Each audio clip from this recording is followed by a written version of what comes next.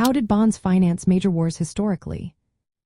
Imagine a country at war, needing a huge amount of money fast to buy weapons, pay soldiers, and keep the war effort going. Instead of raising all that money through taxes right away, governments found a clever way to borrow from their citizens. They sold bonds, which are like IOUs. When you buy a bond, you lend money to the government, and in return, they promise to pay you back later with some extra money called interest. During big wars like World War I and World War II, governments created special bonds called war bonds. These bonds were sold to everyday people to support the war. For example, in the United States during World War I, the government sold Liberty bonds, raising billions of dollars.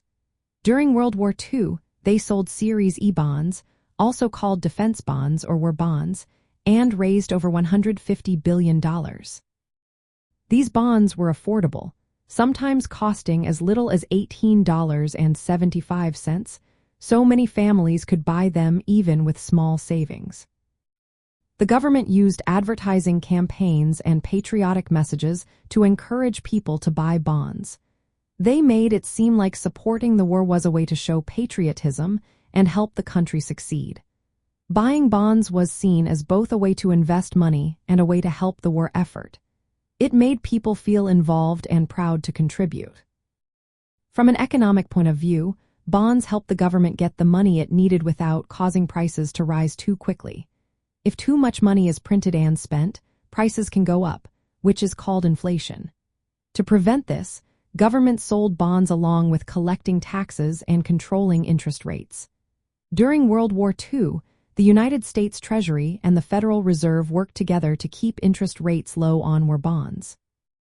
This made borrowing cheaper and encouraged more people to buy bonds. In practical terms, war bonds were a safe way for individuals to save money. People bought them expecting to get their money back plus interest after a certain number of years. This helped families save while supporting the war effort. But after the war, inflation sometimes made the bonds less valuable in real terms, meaning people could buy less with the money they got back.